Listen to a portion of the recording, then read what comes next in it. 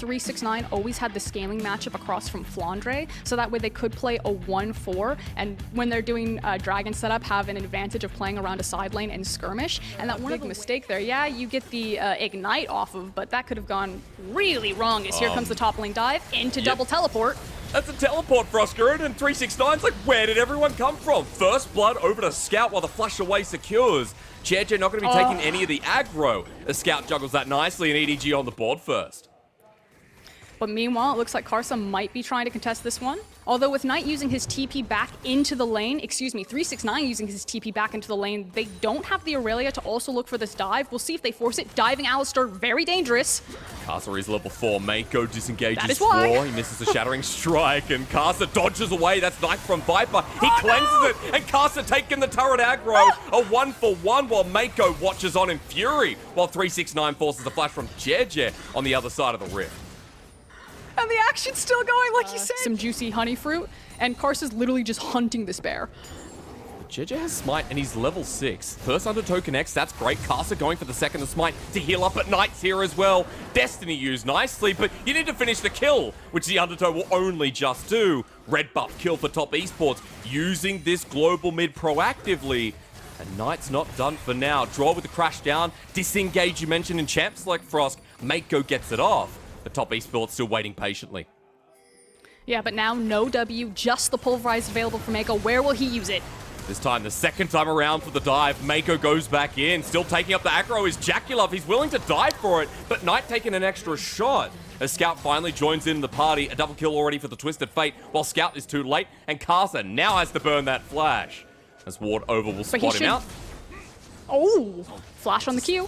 That's a slow down. Scout wants the follow-up damage. Draw there with the attracted repel. Can he get the stun down? No. Ferromancy crashed down. May have even just given a second kill over to Scout. He has a flash, but will he make it in time? No, you've just given Scout 3 kills of your top esports while the Vanguard's edge up in the top lane. Flandre in a bit of trouble, but dodges the flawless duet. Resets here for 369. Draw trying to save his jungler's life doesn't work out in the end. And as we look at live, bit of shenanigans going on. Karsa will manage to get the Rip Tower while JJ goes in for the steal with the level advantage, but it does not compute. Knight gets the next kill, and suddenly both our mid laners are super fed. While the next gold card in fruition, Flandre flashing away, but it's a new target in Scout. The Undertow a mile too short. The Scout ready to hit from over the wall. The AoE not there, but Flandre wants to follow through. Top esports get out with the kill, and we just can't get time to talk for us. There's always action here with 10 kills already at 9 minutes. Yeah, but the thing is that top esports had tempo advantage because they were first back out onto the map, which allowed them to get to the Herald first with numbers advantage. So that was actually just poor play from EDG. We talked about, top esports kind of hard forcing bot lane, as now Mako's doing it. Well, flash away, Killer Instinct immediately. Great buster shot from Jackulov, but he's stunned up by the trample, and Mako wants to keep him there. Scout has moved down as well, and Jackulov's going to donate another kill over. JJ here to watch the show, and the fiesta continues. It's literally been like fight into fight into fight into replay into fight. I had forgotten how much of an endurance is available. Karsa is already underneath him, and poor Flandre's like, please God, let me out. But he's not going to get away. The Undertow's there, and look at the damage already. Ragnarok burn. Flandre doesn't have his flash, and I told you, he's dying here. As Karsa picks up kill number 2, while EDG is the response on bottom lane, but they've just turned the engage onto Viper. You think this is the weak side? Think again. Viper flashes away. Jackulov doesn't get hit there with the W, but in comes Scout to save the play. Draw going to get knocked up next, or at least hit hard by Scout, who is level 10 with an Everfrost. And Draw's going to feel the pain. Another double for Scout. And top esports are like, fine, let's keep pushing top. Yeah, top esports, though, going to be the big winners throughout this one. It's a slight miscalculation on Jackulov, not able to get the assassination on Viper with the ultimate pushback, probably expecting that the E-Char will spawn. So top esports simply have more options about how they want to play out this map state because they can... lying, or at least lying in wait for top esports to walk into that. Yeah, and top esports aren't gonna fall for this. Like, it's fine. We'll take the Infernal Drake for this. Elongated side lanes. It does feel like either of these teams can use those globals. Draw them in, push quite extensively, knowing that their mid laners have a counter option. Sorry, I was watching what was developing on the map. I really like a potential dive here, and I think Karsa's going to double down on it because Flandre's showing the way. This is a great play from top. That's a Vanguard's Edge with a flash responded by Flandre, but the TP defensively from Scout. He's coming in red hot, the 6-0 Rise, who now has Zhonya's. And grouping up as a 4-man gank squad. Draw doesn't go in, but Knight might be caught out. Good Everfrost, but still knocked up by Mako. Golden here will go, but it's way too late. Draw can't save him. And that 600 reverse on top Esports and play the same play on the top side of the map. Feels good when you're someone like Scout. That realm walk was beautiful, darting between vision. I feel like top Esports have actually fumbled a little bit on kind of some of their mid-game plays. They're a little bit not... It is just pain. It is Spain without the S. It is so awful to experience. There it is. And speaking of experiencing, yeah, it's just about that. It's a, free low cooldown CC into repeated CC into massive burst. And we talked about in Champions like how much safety Rel and Olaf have to face check into kind of blind areas. Not when your Rise is 6-0. And now you're in a 5 versus 4, right? The Everfrost utilized so well, as you mentioned. It's 369 for the angle. Knight's here. He used Destiny to get behind with the gold card, but this Baron's going down so quick as Mako goes over the wall, but it's flushed in. It's stolen away. Kaza does it again in yet another game 1. 369 tries to clean it up, but the Baron's there. Run for your lives as the Realm Warp to clean up Knight. He'll go golden, hoping to take Flandre with him, but no can do'sville as Top Esports lose 3 for the cheeky steal. Now, before I congratulate EDG, because ultimately that was an overall win for them, obviously they made it out with most members, they killed a lot of the Baron. Karsa is just the Beastmaster. If he's in the pit, he is getting that. Whoa, the crash down though, the flash away from Flandre. That's a great little ulti though from Dwarf. They take down the jungle while Scout comes in, and yeah, he's the raid boss as he gets buster shotted away. Draw will sacrifice his life to slow down the mobility and movement speed that once a team fight has happened, the circus came to downtown and TES are the ringleaders. Apparently, the circus is still going on. It's JJ and Karsa battling it out. The rest of EDG come through. That's Destiny used, but it'll go all the way to the front. Mention Knight, he's up above Karsa while he's doing the blue buffs. Caught out is Scout, but now the rest of the team's there. Going golden might be okay, but Jackie-Love over the wall is caught out by Mako. This Alistar on a pile drive mission as Knight will die too. A double already, a good Vanguard's Edge, but I don't know if 369 can clean this one up. Give him the quadra kill with Scout to take the last, and EDG on a mission to go to Top Esports base.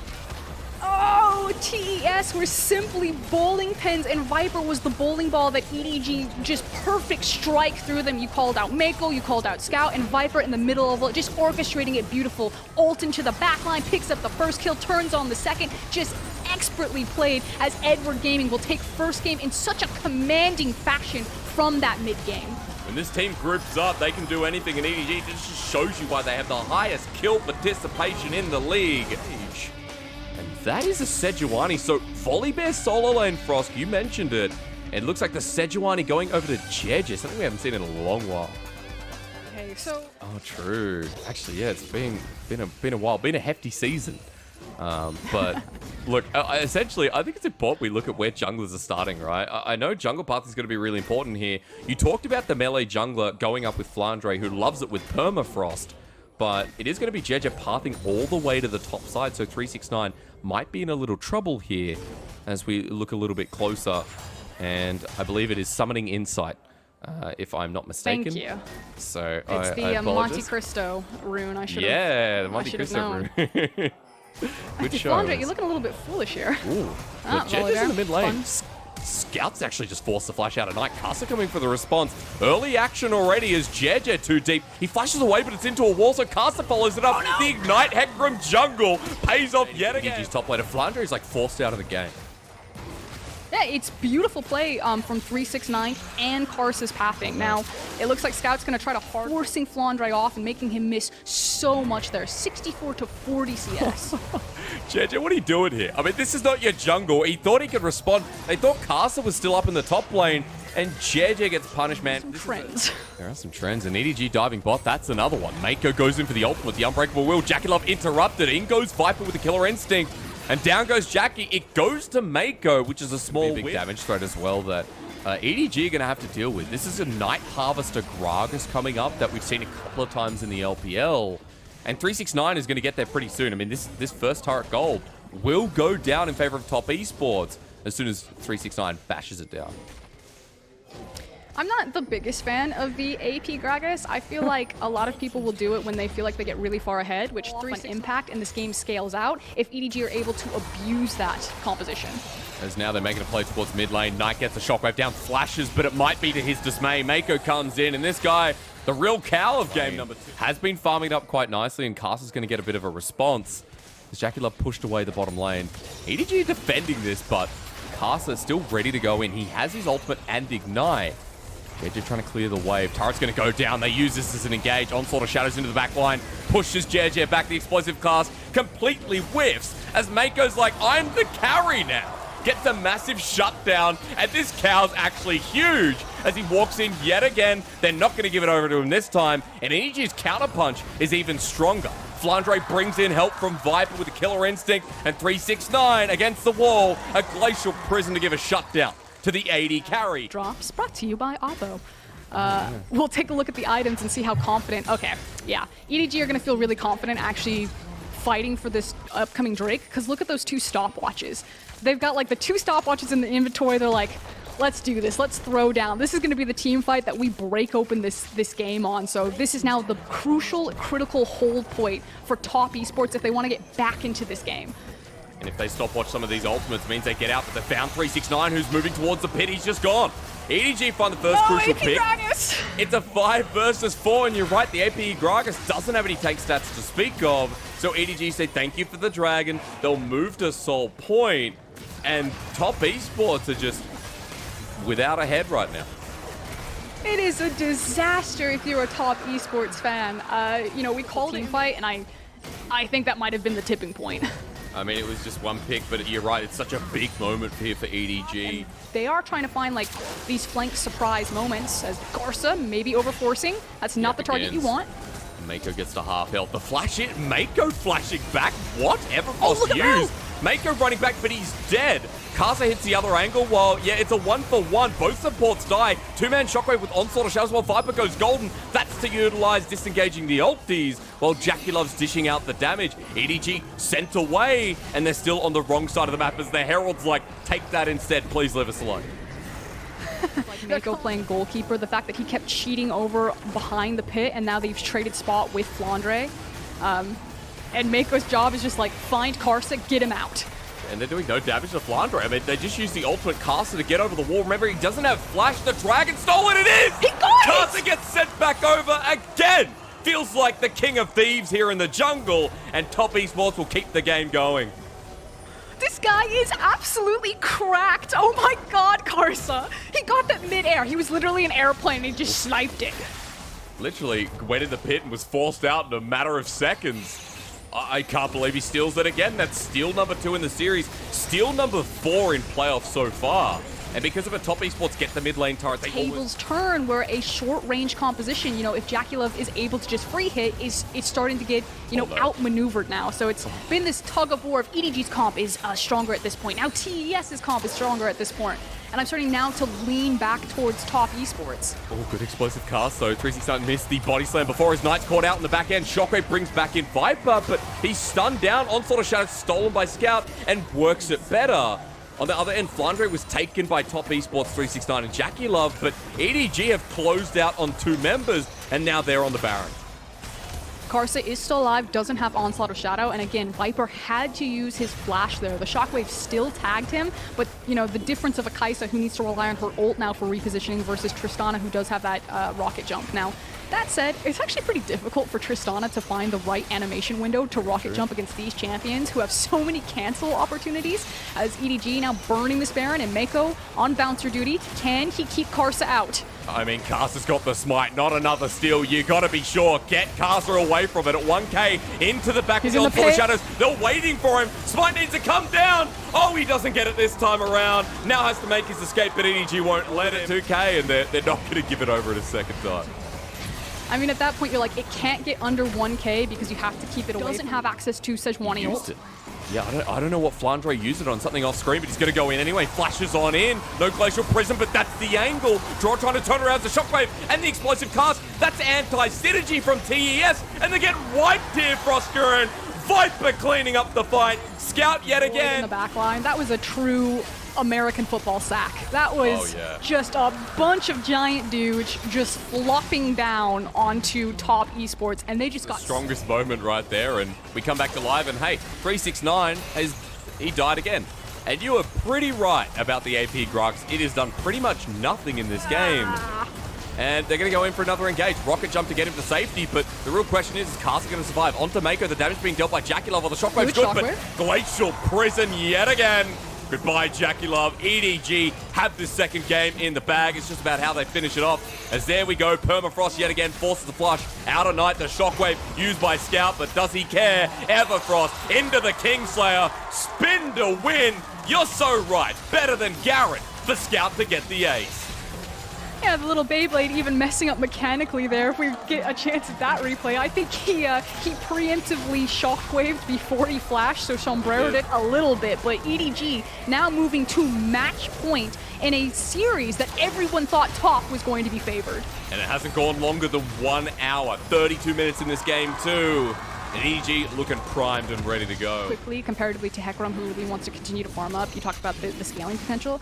I feel like the TLDR spark notes of how this game should... Already, Onslaught of Shadows is available. Teleport into the back of the pit. Paranoia used, but Kasa in front of the Dragon as it resets. GP here for the TP, but in goes EDG. It's Scout who gets the beautiful engage. And first blood over to JJ while JackieLove's hitting on the backline. Look at the Jinx about to get excited. The first kill goes down. Scout dodges away from the Super Mega Death Rocket as he doesn't get the Abscond Abduct, nor did he want it, as we're still around the Dragon.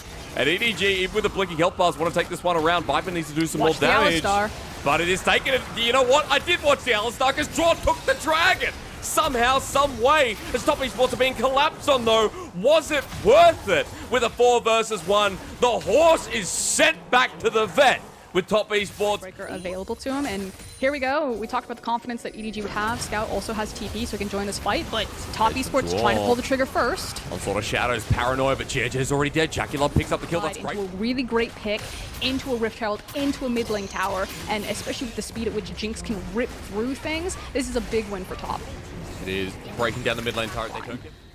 Yeah, it'll be an aggressive move that really sets the tone for the rest of this game and potentially the ending of series, but EDG find no contest. Top Esports weren't caring. They said, okay, 369, we'll put him up towards his top lane and he'll pick up the solo lane gold. The GP who... You can still see that the CS differences aren't necessarily really changing. Slight leads that have been closed on Top. Ultimate in the end. Kaza having a level and use that. They found JackieLove. He's burnt the flash already. Attract and Repel can't cleanse. And Everfrost comes in from the wing. EDG with a huge pick. There's no objective.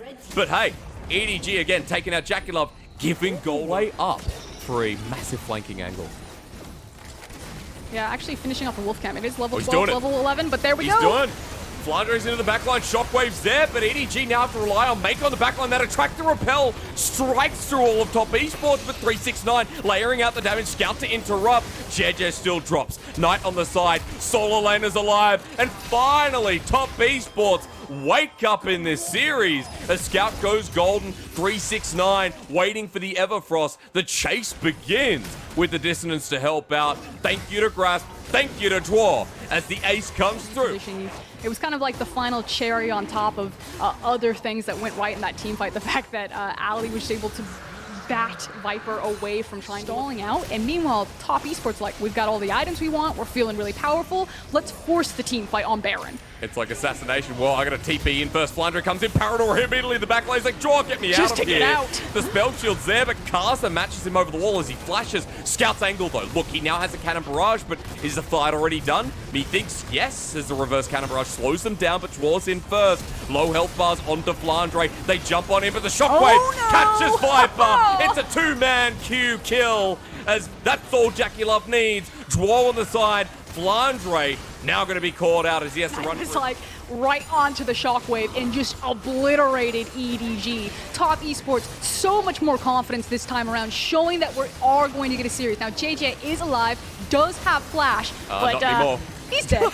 He's dead. Call an ambulance. He's dead. But not for me. Scout's running as well. And there you go, Baron in hand. In this fight, Scout may have found Onslaught of Shadows. Now looking for the flank. Again, watch JackieLove. Can Scout get to him? Oh, Dragon taken by JackieLove. It didn't even involve a jungle, but into the backline, they've got JackieLove. Worked out perfectly. Frosker and Flandre's made the play. And now for Knight, he's caught out, but JJ getting bursted down. 369's the next person to watch, but at the end of the day, Viper's chasing Knight. Ready for him, is he? With the explosive shot into the Buster charge. Scout trying to survive long enough. Kingslayer does it. Viper comes back in, and now it's on to Kaza. The separation anxiety is there, because top make sure that he could join Flandre to get onto that backline and at least take out one of those carries. And it looked for a second that top Esports... Dragon resets a little bit, but JackieLove's going to hit this down. This will go quick. Flandre has the ulti as well. Onto the back line at the ready. That's a great Everfrost draw, goes in. But the Rel ultimate hits so quickly. Mako goes down, but is it all worth it? Flandre into the back line, surviving for long enough, but JackieLove kiting his way out until Viper gets the reset. Flushes himself, hits a minion, but Dwar still dies, and EDG won it again, Frosk. That was... EDG will now...